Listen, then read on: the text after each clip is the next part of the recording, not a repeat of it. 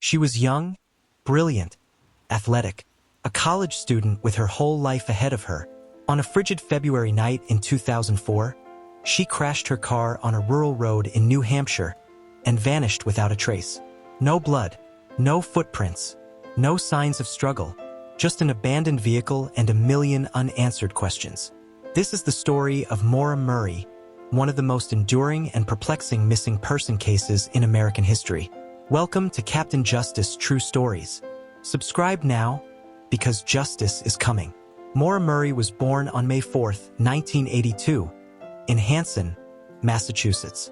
The fourth of 5 children in a tight-knit Irish Catholic family, Maura grew up under the watchful eyes of her parents, Fred and Laurie. Her early life was marked by academic excellence and athletic prowess. In high school, she was a star track athlete and an honors student, with a radiant smile and fierce determination. After graduating, Maura earned an appointment to the prestigious United States Military Academy at West Point, where she studied chemical engineering. But after 2 years, she transferred to the University of Massachusetts Amherst to pursue a career in nursing. Those who knew her described her as intelligent, ambitious, and kind, though increasingly troubled in the months leading up to her disappearance. By early 2004, things had started to unravel. In the months prior to February 2004, Maura's life was filled with strange and unsettling events. On February 5th, she broke down in tears while working a security shift at her dorm. Her supervisor said she was just staring blankly ahead, completely zoned out. The reason? A phone call with her sister that left her emotionally shattered. The next day, Maura crashed her father's brand-new Toyota Corolla late at night while driving back to her dorm. The damage was significant, nearly $10,000. She had been drinking earlier that night, though no sobriety test was administered. Her father, Fred, wasn't angry. He simply wanted to get the car fixed and move on. But Maura, she was rattled. Something was going on. Something deeper than a simple car crash or an emotional call. Something nobody could quite put their finger on.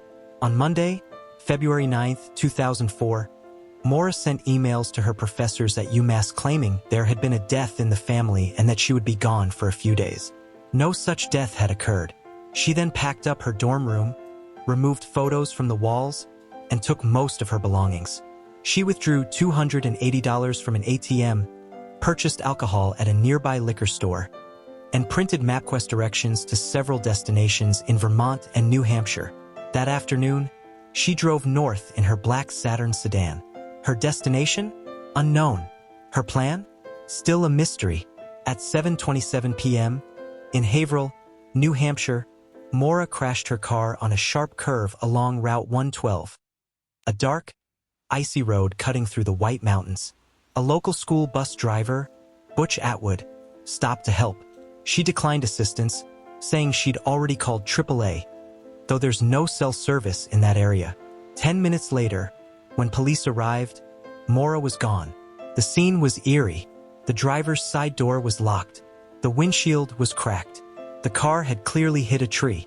Inside, police found a box of wine, some of which had spilled. Her ATM card, cell phone, and most of the alcohol she'd purchased earlier, gone. Even stranger, there were no footprints in the snow leading away from the crash site. No drag marks, no tire tracks. It was as if Maura had simply vanished. Search dogs traced her scent for only 100 yards up the road, then lost it. Some believe she may have been picked up by a passing vehicle. Others suggest she fled into the woods, perhaps intoxicated, disoriented, and in emotional distress. But if she did, why wasn't her body ever found? The woods were searched extensively in the following days, by police, helicopters, dogs, and hundreds of volunteers. No trace. As the days turned into weeks and the weeks into years, theories began to swirl like a storm. Theory 1. She ran away. Some believe Maura staged her disappearance, that she was overwhelmed by school, by personal issues, by legal problems, and chose to start a new life somewhere off the grid. But could a 21-year-old really vanish so completely, with no money, no plan, and no confirmed sightings in 2 decades? Theory 2. Suicide. Others point to her emotional breakdowns, the faked excuse to professors, and her isolated drive into the mountains as indicators of suicidal intent. But again, no body, no note, no closure. Theory 3. Foul play. This is where things get darker. Could Maura have accepted a ride from a stranger who meant her harm? Could someone local, someone who knew the area well, have taken her in the small window between the crash and the police arrival? There were unconfirmed reports of a red truck seen in the area that night, and years later, ground-penetrating radar would reveal disturbed soil in a nearby basement. But the leads went nowhere. And Maura's father? He believes, without a doubt, that his daughter was abducted. Over the years, there have been dozens of reported sightings. A woman resembling Maura in Canada, anonymous tips, letters, shadowy figures claiming to know what happened. None of it ever checked out. Investigators reopened the case multiple times, even bringing in cadaver dogs and advanced forensics.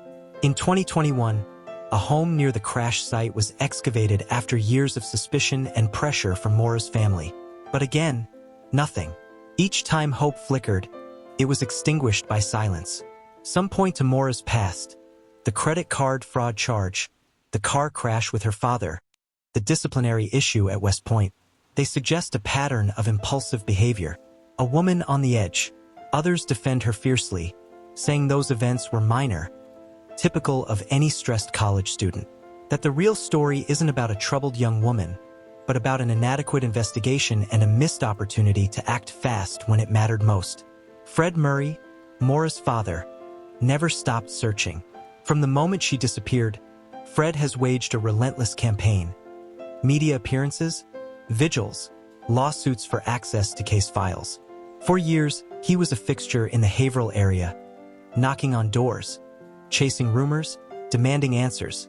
Maura's siblings also carried the weight.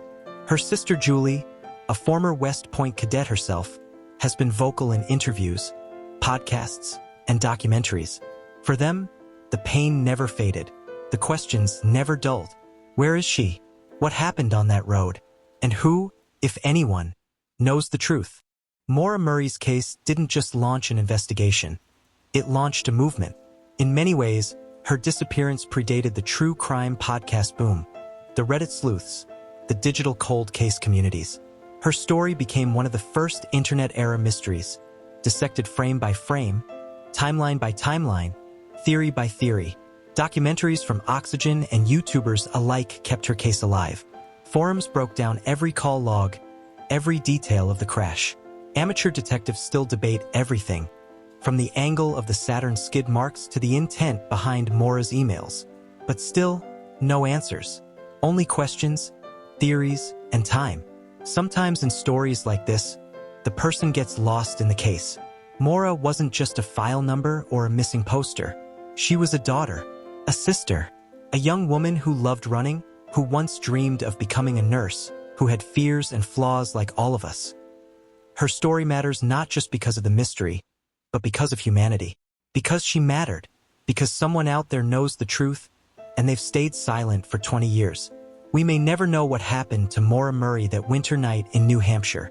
Whether it was a choice, a chance encounter, or a tragic accident lost to time. But one thing is certain. Until we know what happened, her story is not over. Not for her family. Not for those who search. Not for justice.